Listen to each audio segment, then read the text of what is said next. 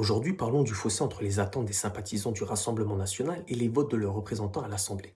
Les enquêtes montrent un contraste frappant entre les choix des députés du RN et les priorités économiques et sociales de leur base électorale. Par exemple, 87% des sympathisants du RN se disent favorables au rétablissement de l'ISF, l'impôt sur la fortune. Pourtant, Marine Le Pen et les députés du RN ont voté contre ce retour à plusieurs reprises, y compris récemment le 25 octobre 2024.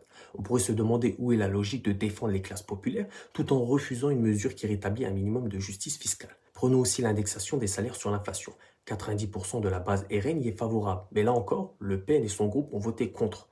Même chose pour la hausse du SMIC que 84% de leurs sympathisants appellent de leur vœu et pour la retraite à 60 ans plébiscitée par 83% de leur électorat. Pourtant, le RN s'aligne sur une politique plus dure, en renonçant à ces mesures souvent sous prétexte de respecter les exigences européennes d'austérité. Cette distance idéologique montre une vraie fracture entre les aspirations des électeurs du RN, qui sont majoritairement des classes populaires, et les votes qui trahissent un alignement avec des politiques plus libérales. Autre exemple, 82% de leurs sympathisants soutiennent le blocage des prix de l'énergie, une mesure populaire qui pourrait faire du bien aux ménages en difficulté. Mais Le Pen a rejeté l'idée, craignant que cela ne perturbe le marché pétrolier. De même, bien que 81% de leurs sympathisants soient pour taxer les grandes entreprises, le RN a voté contre de telles initiatives. Ce décalage se voit aussi sur des sujets symboliques comme la régulation des jets privés et des méga-yachts. 92% des Français sont pour, mais Jordan Bardella, figure du RN, a voté contre. Quant aux accords de libre-échange, alors que 69% de leurs électeurs y sont opposés, Bardella et son groupe au Parlement européen ont soutenu l'accord avec la Nouvelle-Zélande. Alors pourquoi ces votes qui vont à l'encontre des attentes populaires?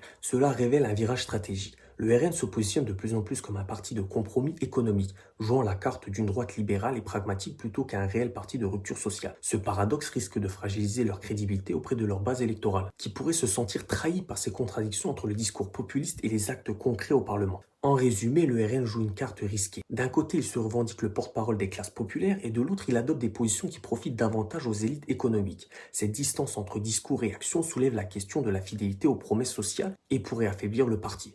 Bref, dites-moi ce que vous en pensez dans les commentaires, bien sûr, toujours dans le respect, c'est qu'une analyse. Dites-moi bien sûr ce que vous en pensez.